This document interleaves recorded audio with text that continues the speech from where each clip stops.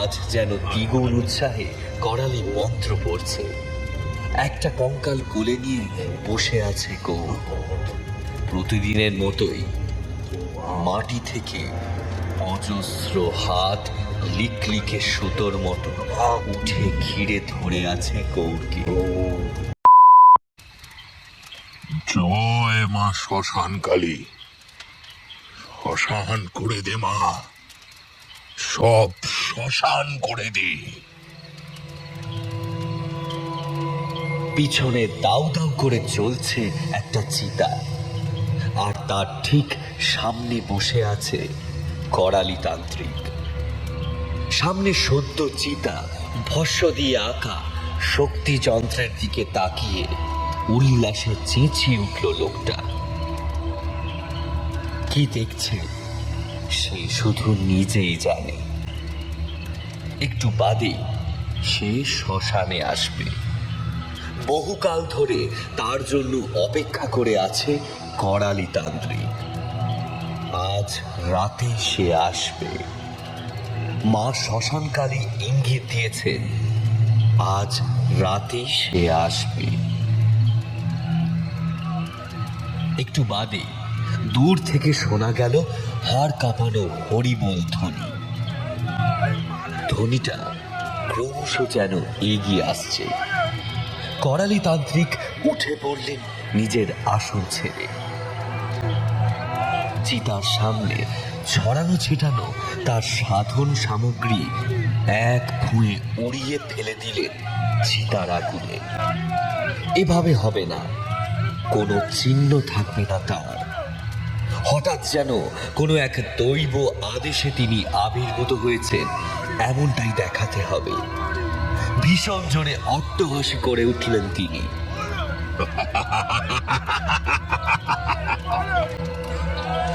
এসেছে, এসেছে, সে এসেছে এতদিনে, এতদিনে সে এসেছে। হরিবোল ধ্বনিটা ক্রমশ এগিয়ে আসছে। আস্তে আস্তে করালি তান্ত্রিক চিতার ওধারে চলে গেলেন। অন্ধকারে তার শরীরটা ক্রমশ মিলিয়ে গেল। এবার ওই ভয়ঙ্কর হরিবোল ধ্বনির সাথে একটা মেয়েলি কান্নার আওয়াজ কানে আসছে। মুখুজ্জে বাড়ির ছোট ছেলে গৌরের বিয়ে হয়েছিল মাসখানেক হবে। আজই সদর থেকে আসার সময় সাইকেলটা রাস্তার গর্তে পড়ে গিয়ে বেমাক্কা আঘাত পেয়ে মাথায় ভীষণ চোট পেয়েছিল ছেলেটা। সঙ্গে সঙ্গেই অবশ্য সদরে নিয়ে গিয়ে অনেক চেষ্টা চরিত্র করা হলো, কিন্তু কোনো লাভ হলো না। ছেলেটা মারা গেল। গৌরের বউ হরিমতি তখন থেকে কেঁদে চলেছে। এমন নিশুতি রাতে মরা কান্না শুনলে বুকের ভেতরটা কেমন যেন মুচড়ে ওঠে। চিতা সাজানোর কাজ চলছে। তার সামনে শোয়ানো রয়েছে গৌরকে। মুখুজ্জে মশাই জল ভরা চোখে সব পরলৌকিক কাজ সারছে। হরিমতি এক নাগাড়ে কেঁদে চলেছে। এবার বোধহয় গৌরকে চিতায় তোলা হবে। হরিমতি ছুটে এলো কাঁদতে কাঁদতে। ওকে কোথায় নিয়ে যাচ্ছ? ও বেঁচে আছে, আমি বলছি ও বেঁচে আছে। ওকে কোথায় নিয়ে যাচ্ছ?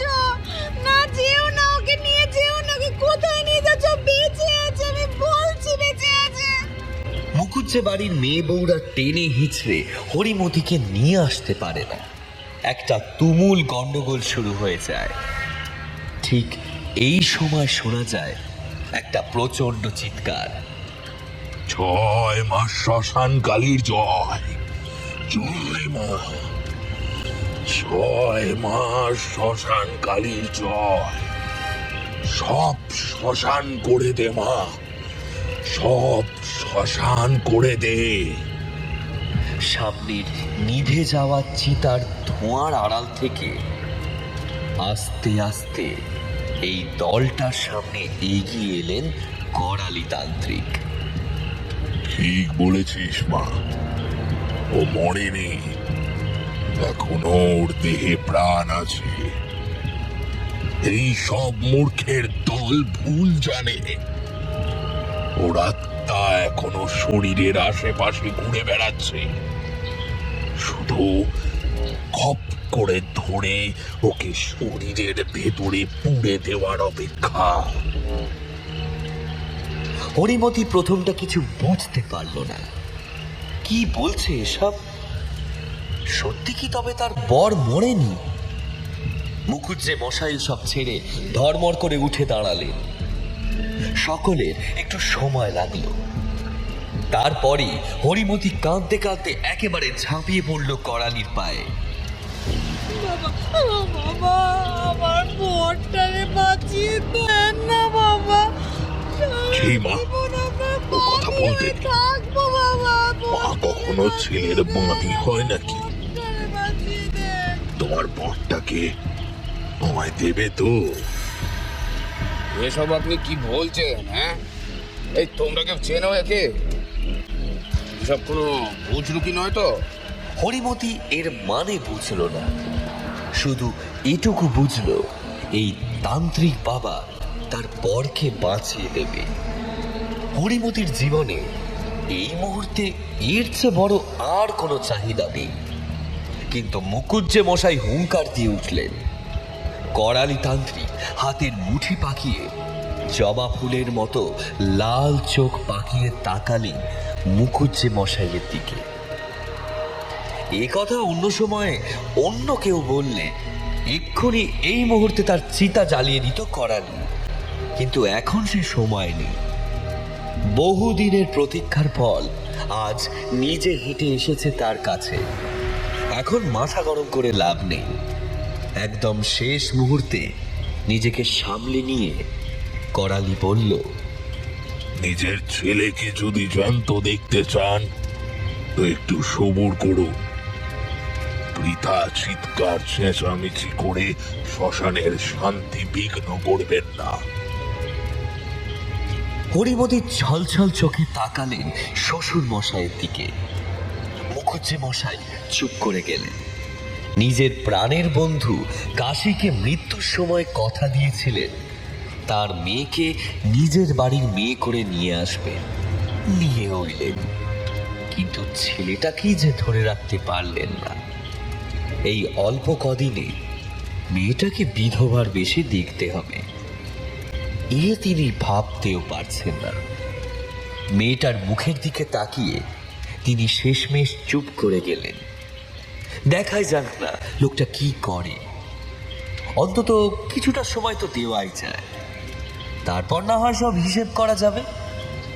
করালি মৃত গৌড়ের চারপাশে সিঁদুর ছড়িয়ে দিল খানিক, তারপর এক মনে মাটিতে উবু হয়ে বসে কি যেন এক আঁকি বুকি কাটতে লাগলো।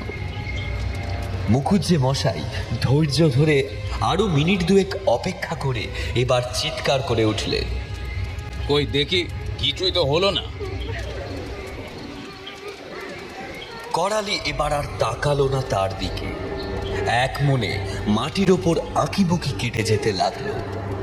একটু পরেই চারদিক থেকে সনসন করে হাওয়া বইতে লাগলো। কাদের যেন চিৎকার ভেসে আসছে সেই হাওয়ার সাথে। কারা যেন আর্তনাদ করছে। একটা বাঁকা হাসি ফুটে উঠল করালির মুখে। একটা তাজা মরা দেহে শ্মশানের সব প্রেতাত্মারা কিলবিল করে ছুটে আসছে। চিন্তা নেই মা, এই সব আওয়াজের মধ্যে তোর বরের গলার আওয়াজটা তোর এই ছেলে ঠিক চিনে নেবে। মুখুজ্জে বাড়ির লোকেরা, তারপর সব শ্মশান বন্ধুরা হতবাক। ভয়ে হরিমতি কাঁপতেও ভুলে গেছে। ফ্যাল ফ্যাল চোখে তাকিয়ে আছে নিজের মৃত স্বামীর দিকে। ঠিক এই সময় কোত্থেকে একটা শিয়াল ছুটে এসে বসে পড়ল গৌড়ের পেটের ওপর। মুখুজ্জে মশাই হা হা করে ছুটে এলেন। করালি বাঁ হাত তুলে বারণ করলেন, মায়ের অনুচর এসছে, তাড়াস না। এবার মা নিজে আসবে তোর ছেলের প্রাণ হাতে করে। মুখুজ্জে মশাই আর সহ্য করতে পারছিলেন না এসব, চিৎকার করে ধমক দিতে যাবেন। ঠিক তখনই মনে হলো যেন ভূমিকম্প হচ্ছে।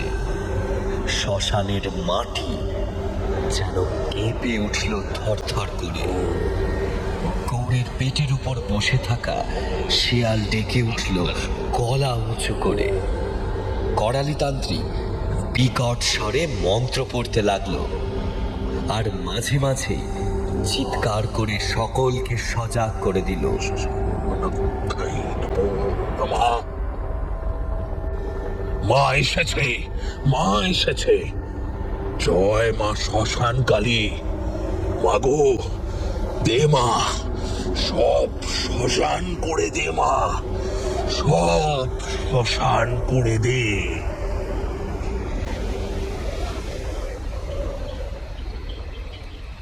বেশ কিছুক্ষণ ধরে এই তাণ্ডব চলার পর সব কেমন যেন হঠাৎ করেই শান্ত হয়ে গেল। মাটি কাঁপা থেমে গেল। শেয়ালটা চলে গেল নিজের মতো। করালি শ্রান্ত হয়ে আধ বোঝা চোখে তাকিয়ে রইল গৌড়ের দিকে। খুব ভালো করে তাকালে মনে হচ্ছে যেন গৌড়ের রঙের পরিবর্তন হয়েছে। কেমন যেন একটা সাদাটে ফ্যাকাশে হয়ে গিয়েছিল। সেই জায়গায় যেন একটু রঙের আভাস দেখা যাচ্ছে। হরিমতি, মুখুজ্জে মশাই, গাঁয়ের আর 5 জন হাঁ করে তাকিয়ে আছে গৌড়ের দিকে। সকলেরই যেন মনে হচ্ছে এক্ষুনি উঠে বসবে গো। এই ছেলে, ওঠ। ধমক দিয়ে উঠলেন করালি তান্ত্রিক। সেই বাজখাই গলা শুনে যেন চমকে উঠে গৌড় চোখ মেলল। সামান্য কিছু মুহূর্ত হরিমতি আর নিজেকে সামলাতে না পেরে ওই শ্মশানের মধ্যেই গৌড়ের বুকের ওপর হুমড়ি খেয়ে পড়ে হাপস নয়নে কেঁদে উঠল। ওগো, তুমি ফিরে এলে গো। মুখুজ্জে মশাই কি করবেন কিছু ভেবে না পেয়ে ধপাস করে করালির পায়ে পড়ে গেলেন। চারদিক থেকে তুমুল জয়ধ্বনি উঠল তান্ত্রিক বাবার নামে। আর করালি, না, তিনি নিজেও যেন আর নিজেকে সামলাতে পারলেন না। প্রচন্ড পরিশ্রমে ক্লান্ত হয়ে গিয়েছিলেন আগে, এখন শ্মশানের মাটিতেই গা এলিয়ে দিলেন। শুধু মুখ দিয়ে অস্ফুটে বেরিয়ে এলো সেই চির পরিচিত ধ্বনি, জয় মা শ্মশান কালী। সব সব শ্মশান করে দে মা, সব শ্মশান করে দে।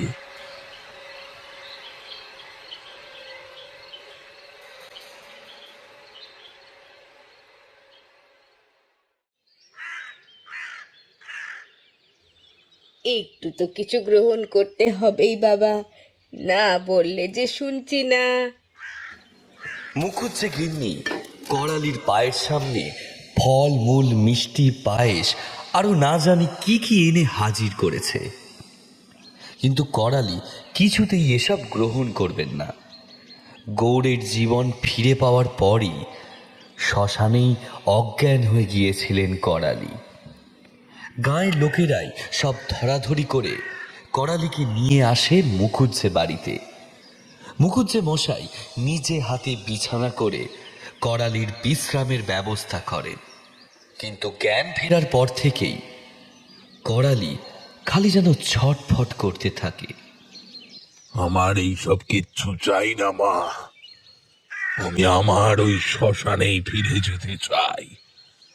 আমাকে এখানে কেন আনলি রে মা? এসব সাংসারিক সুখ আমার জন্য নয়। তা বললে কি হয়? মুখুজ্জে মশাই এসে হাঁটু গেড়ে বসে পড়লেন করালির পায়ের তলায়। বাবা, আমরা মুখ্য সূক্ষ্ম মানুষ, আপনার ক্ষমতা বুঝতে পারিনি বাবা। আপনার সাথে সাক্ষাৎ মা কালী এসেছেন আমার ঘরে। আমার ছেলেটার জীবন আপনি ফিরিয়ে দিয়েছেন বাবা। আপনাকে যেতে তো যেতেই হবে।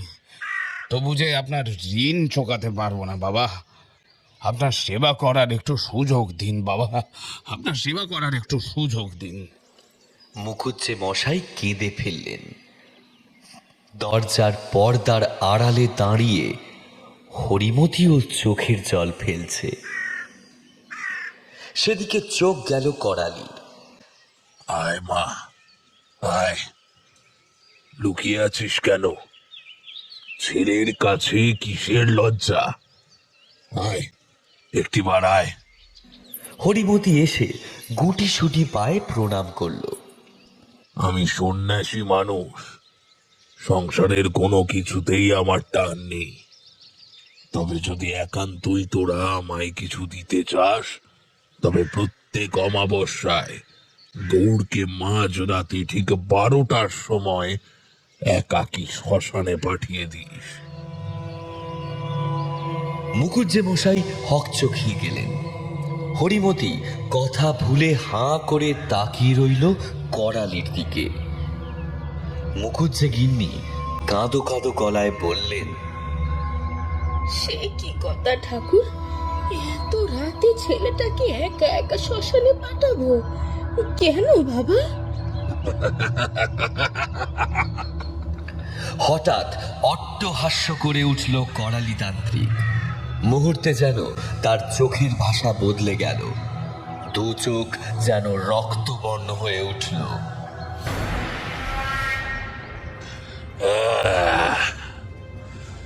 এত ভয় কিসের?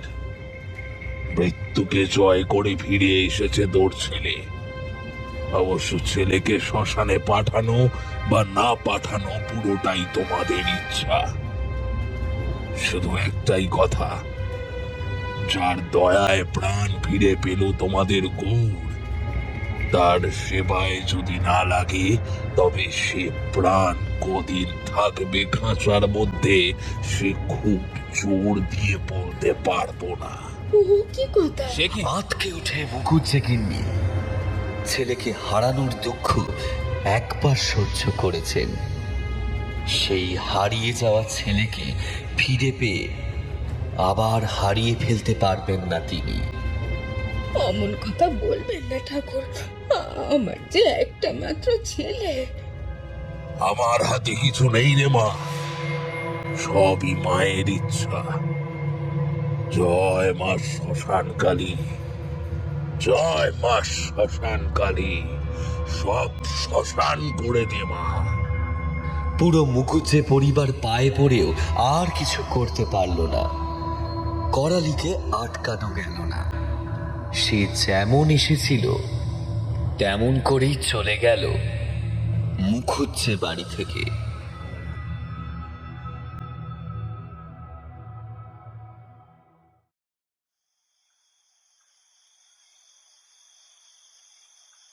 ঘোর অমাবস্যা।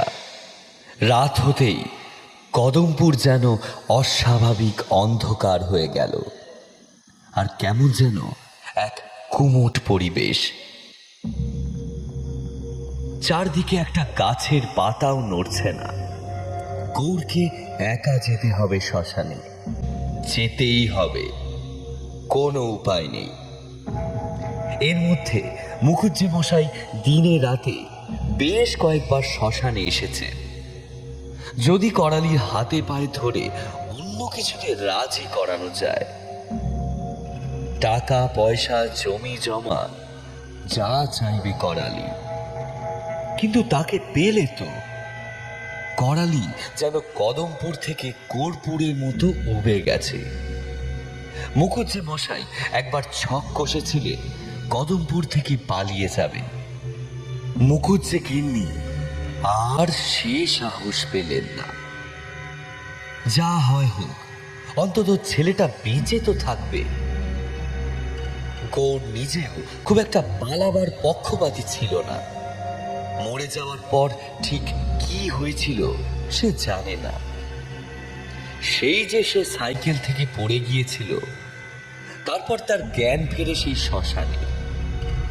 মাঝের সময় ঠিক কি হয়েছিল সে জানে না। করালি সেদিন ঠিক কি কাণ্ড ঘটিয়েছিল সে চায়টা কি কেনই বা তাকে ডেকেছে শ্মশানে সেটা জানতে চায় গৌর।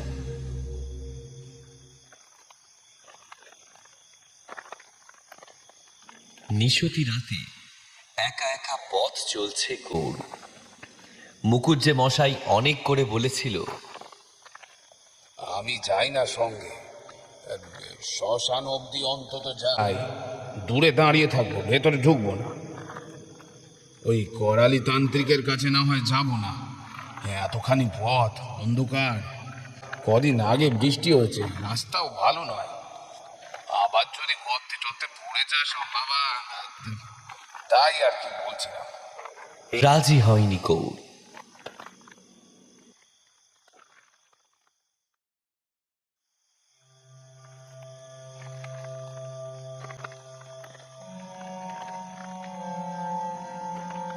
শ্মশান যত কাছে আসছে বুকের মধ্যে ধুকপুক যেন বেড়ে যাচ্ছে। সকলের সামনে একটা কথা বলা আর এই অন্ধকার রাতে শ্মশানের কাছে ঠিক একই কথা ভাবতেও যেন বুক কাঁপছে গৌরের। চিতার কাঠ ফাটার আওয়াজ আসছে কানে।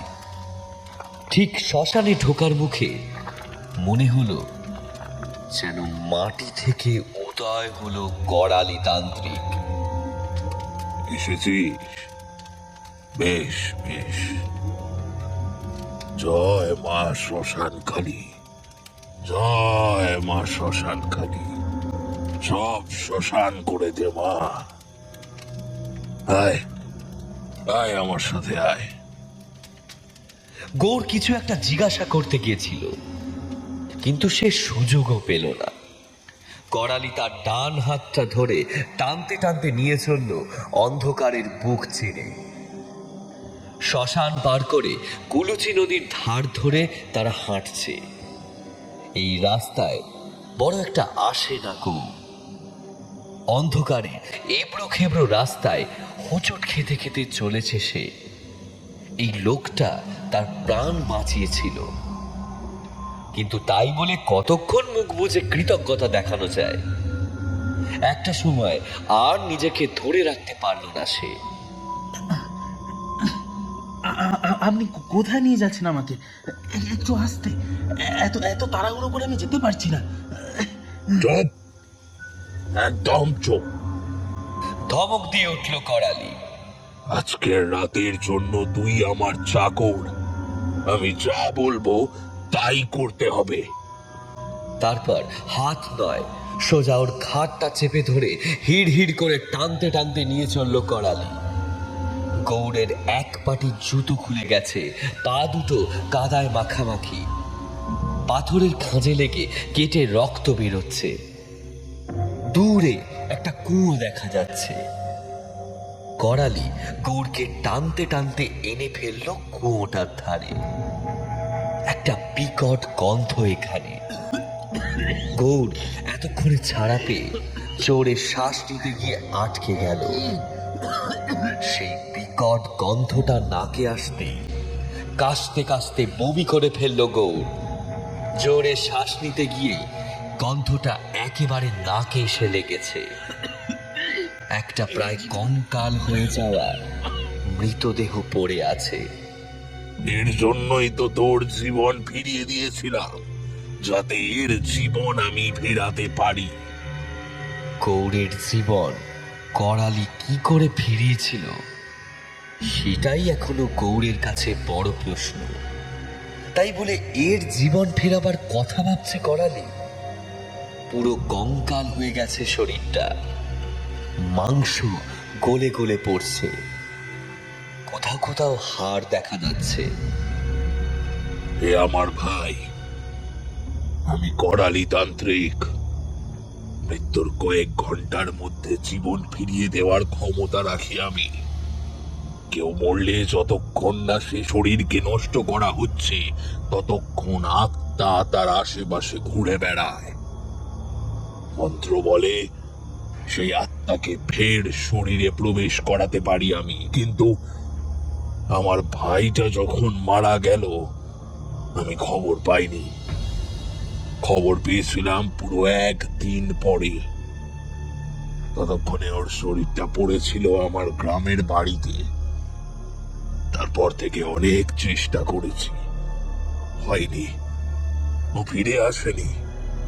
এখন একটাই উপায়, এমন একজনকে চাই যে জীবনে কোনো পাপ করেনি এবং একবার মরে গিয়ে আবার শরীর পেয়েছে। আর তুই হলি সেই লোক। এখন প্রতি অমাবস্যায় আমার ভাইয়ের মৃতদেহ কোলে নিয়ে বসতে হবে তোকে। বহু আত্মারা আক্রমণ করবে, সেই আঘাত সহ্য করতে হবে তোকে। যতক্ষণ আমি পুজো করব ততক্ষণ বসে থাকবি তুই। গৌর ভয় পিছিয়ে এলো। না না, এ অসম্ভব ব্যাপার। এর প্রাণ ফিরে আসতে পারে না। দেখো দেখো, একে চেনা যাচ্ছে না, মানুষ বলে মনে হচ্ছে না। একে সম্ভব নয়, কেউ কেউ কেউ করতে পারে না এমন। চুপ, একদম চুপ। আজকের রাতের জন্য তুই আমার চাকর। আমার কথা না শুনলে তুইও আর যেতে পারবি না নিজের ঘরে। আমি যদি প্রাণ দিতে পারি তো নিতেও পারি। একদম চুপ করে বসে থাকবি এখানে। করালি গৌড়ের দু কাঁধে চাপ দিয়ে বসিয়ে দিল। তারপর সেই পচা গলা লাশটাকে তার কোলের ওপরে চাপিয়ে দিল। গৌড়ের মনে হচ্ছে তার প্রাণ আবার বুঝি বেরিয়ে যাবে তার শরীর থেকে। করালি তার ঠিক সামনেই আসন পাতল। সেই আসনে সে বসতে যাবে, ঠিক তখনই গৌড় সেই মৃতদেহ ফেলে দিয়ে একেবারে দৌড়ে পালিয়ে যাওয়ার চেষ্টা করল, কিন্তু পারল না। দু পা এগুতেই অন্ধকার ফুঁড়ে দুটো কালো হাত কোত্থেকে যেন বেরিয়ে তাকে ধাক্কা মেরে আবার ফেলে দিল। সে এবার এসে পড়েছে ওই মরাটার পাশে। করালি রক্তের মতো লাল চোখে তাকিয়ে আছে তার দিকে। ভালো কথা শুনবি না তো? দেখ তবে এবার কি হয়। করালি অমনি রক্তচক্ষু নিয়ে তাকিয়ে রইল তার দিকে। গৌর দেখল ক্রমশ তার শরীর যেন ভারী হয়ে আসছে। সে আর চাইলেও নড়তে পারছে না। একই জায়গায় বসে ছটফট করতে লাগলো গৌর। করালি আবার তার কোলের ওপর সেই পচা গলা মোনাটা শুইয়ে দিল। এক নাগাড়ে চলতে লাগলো তান্ত্রিকের মন্ত্রোচ্চারণ। গৌড়ের মনে হলো মাটির ভেতর থেকে সরু লিকলিকে বেশ কিছু হাত যেন তাকে আঁকড়ে ধরছে। তার সারা শরীর বেয়ে কিলবিল করে বেয়ে চলেছে কালো সরু লতানে গাছের মতো হাত। করালি মন্ত্র একবার উঁচু সুর ধরে, একবার নিচুর দিকে যায়। গৌড়ের মাঝে মাঝে মনে হয় তার কোলে শুয়ে থাকা মরাটা কেঁপে কেঁপে উঠছে। আর তখনই তার শরীরের ভেতরে কেমন যেন ছনছনানি হতে থাকে।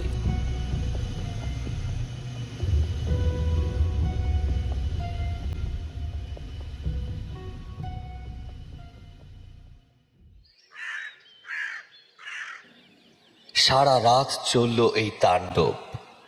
পূব আকাশ ফর্সা হয়ে আসছে। করালি তার রক্তবর্ণ চোখ মেলে দেখল গোটা আকাশটাকে। মনে মনে যেন ধমক দিল এইভাবে এত তাড়াতাড়ি সূর্য ওঠার জন্য। তারপর আদেশের সুরে গৌরকে বলল, যা, আজকের মতো কাজ শেষ। আবার পরের অমাবস্যায় আসবি। একটা লাল সুতো বেঁধে দিল গৌড়ের ডান হাতে। তারপর কেমন যেন একটা হিস হিসে গলায় বলল, কাউকেই সব কথা বলবি না। বলার চেষ্টা করে দেখতে পারিস তোর কি হাল হয়। গৌড়ের কোল থেকে মরাটা তুলে নিয়ে শুকনো কুয়োর মধ্যে লুকিয়ে রাখলো করালি। তারপর কেমন যেন অঙ্গার চোখে গৌড়ের দিকে তাকিয়ে বলল, যা বাড়ি যা। তারপর হন হন করে হেঁটে কোথায় যেন চলে গেল। এদিকে গৌড়ের পক্ষে তখন এক পাও চলা সম্ভব নয়। তাও নদীর ধারের এবড়ো খেবড়ো রাস্তা ধরে হোঁচট খেতে খেতে কোনো রকমে সে চলল, কিন্তু বেশি দূর যেতে পারল না। মুখ থুবড়ে পড়ে গেল শ্মশানের কাছেই।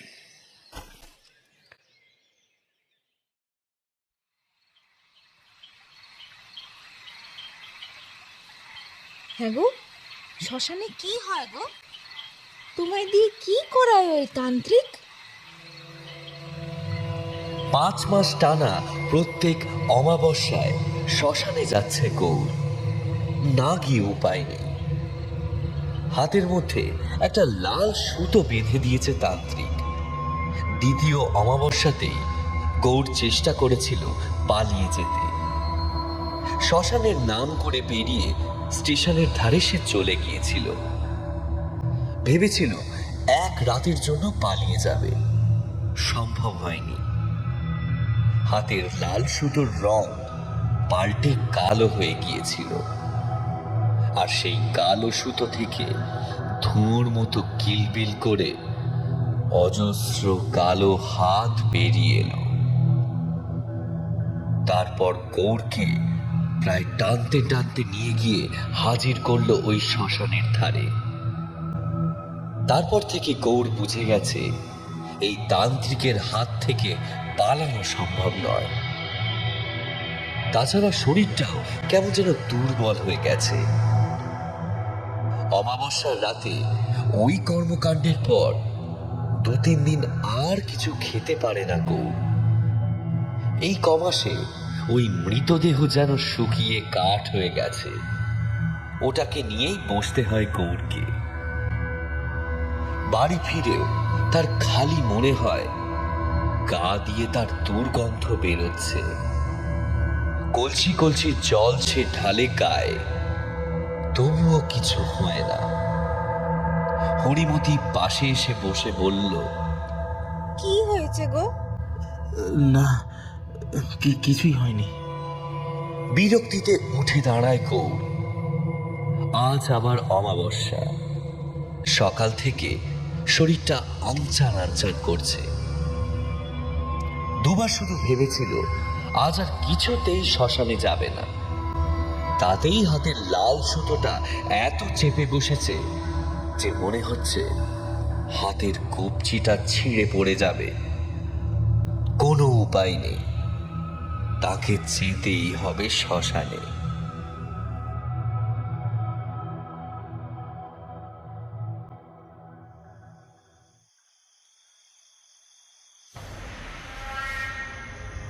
আবার সেই ভয়ঙ্কর একটা রাত। নিশতি রাতে যখন পুরো গ্রামটা ঘুমোচ্ছে, গৌর তখন একা ধরেছে শ্মশানের পথ। এসেছিস? চলে আয়। আজ মনে হয় শেষ রাত। আজ তো কিছু একটা হবেই মনে হচ্ছে।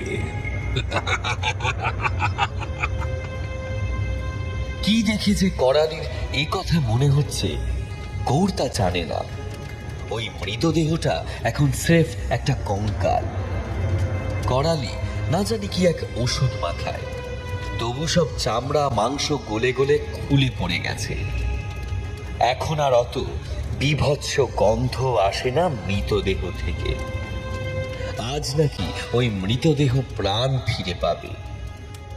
পেয়ে কি হবে? সত্যি যদি প্রাণ পেয়েও যায়, কি করবে সে ওই প্রাণ নিয়ে?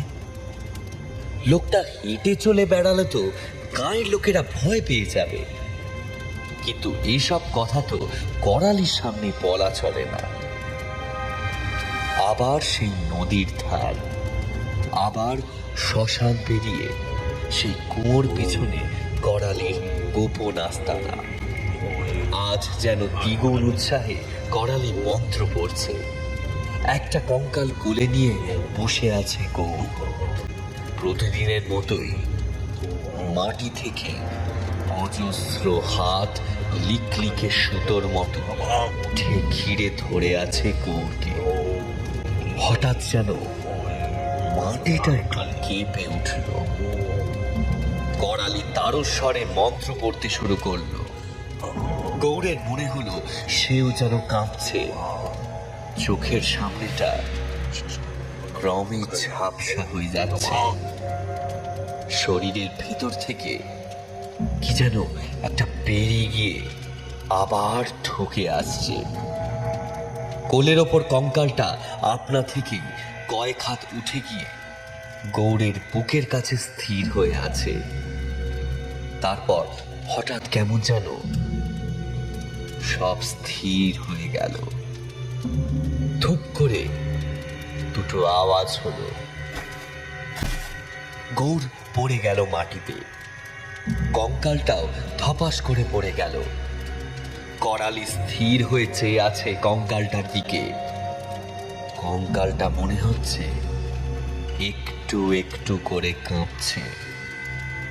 করালি এবার একটা মৃদু ধমক দিল।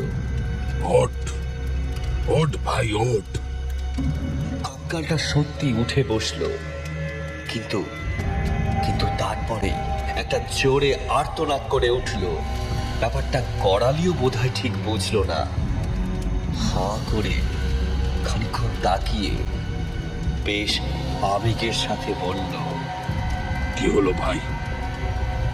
তোকে আমি ফিরিয়ে নিয়ে এসেছি। দেখ দেখ, তোকে আমি ফিরিয়ে নিয়ে এসেছি, দেখ। সেই কঙ্কালটা বিকট একটা চিৎকার করে উঠে দু হাত দিয়ে ধাক্কা দিল করালিকে। করালি ছিটকে পড়ল কয়েক হাত দূরে। করালির ছড়িয়ে ছিটিয়ে রাখা সরঞ্জামগুলো তুলে ছুঁড়ে ফেলে দিল কঙ্কালটা। তারপর ছুটে এসে গৌরের অচেতন দেহটা ধরে নাড়া দিতে লাগলো। করালি এখনো কিছু বুঝতে পারল না। কি হয়েছে ভাই? আমি তোর ভাই না হারামজাদা, তোর ভাই না আমি গৌর। গৌর আমার নাম। আমার শরীরটা আমাকে ফিরিয়ে দে হারামজাদা, আমার শরীরটা আমাকে ফিরিয়ে দে। গৌর তার কঙ্কালের হাতে করালির গলা টিপে ধরল। দম বন্ধ হয়ে আসছে করালির। না, তা তা সম্ভব নয়। একেবারে বেশি এই শরীরে আত্মাকে ফিরিয়ে আনার ক্ষমতা আমার নেই।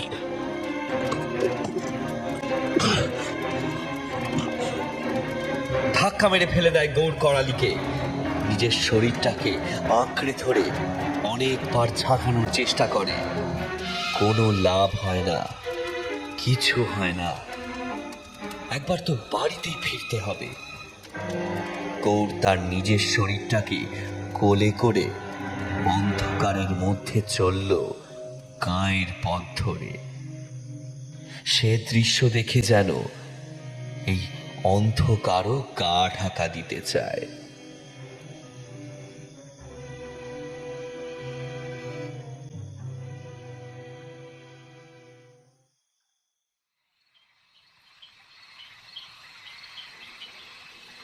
হরিমতি উঠোনে গালে হাত দিয়ে বসে থাকে প্রতি অমাবস্যায়। ভোরবেলা গৌর না আসা অবধি এমন করেই সে বসে থাকে। ভোর হতে তখনও দেরি আছে। হঠাৎ যেন পায়ের আওয়াজ শুনতে পেল হরিমতি। দৌড়ে গেল উঠোন পেরিয়ে সদর দরজার সামনে। কিন্তু এ কি, একটা কঙ্কাল বয়ে নিয়ে আসছে তার স্বামীকে। হরিমতি সেই যে পড়ল মাটিতে, আর তার হুঁশ ফিরল না।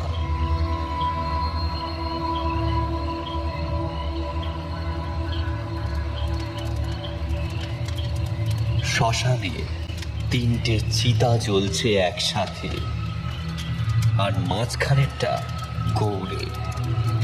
গৌরের নিথর শরীরটা একটু আগে তার বাবা ও গাঁয়ের লোকেরা মিলে জ্বালিয়ে দিয়ে গেছে।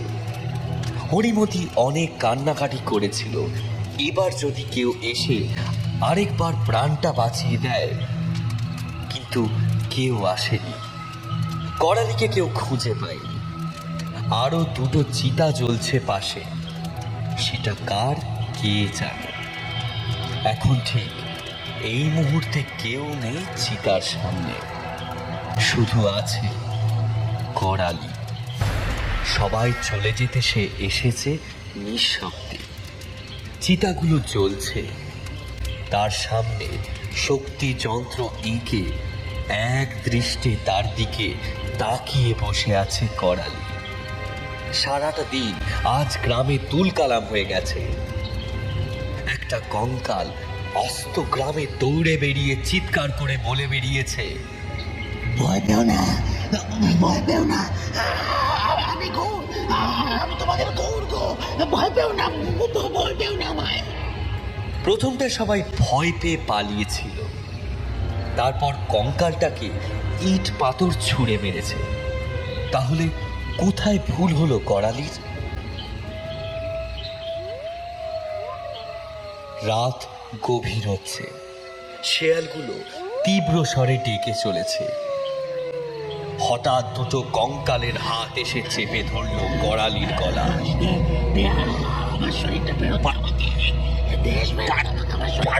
করালি বোধহয় ছটফট করতে করতে কিছু একটা বলার চেষ্টা করেছিল, কিন্তু শেষ পর্যন্ত পারল না। বেশ খানিকক্ষণ ছটফট করার পর পড়ে গেল নিজের আঁকা শক্তি যন্ত্রের ওপর। গৌর তার কঙ্কাল শরীরটা নিয়ে এগিয়ে গেল সামনের চিতার দিকে। একটু আগে তার বাবা এসে জ্বালিয়ে গেছে তার শরীরটাকে। এখন শুধু গৌরের পুড়ে মরা বাকি।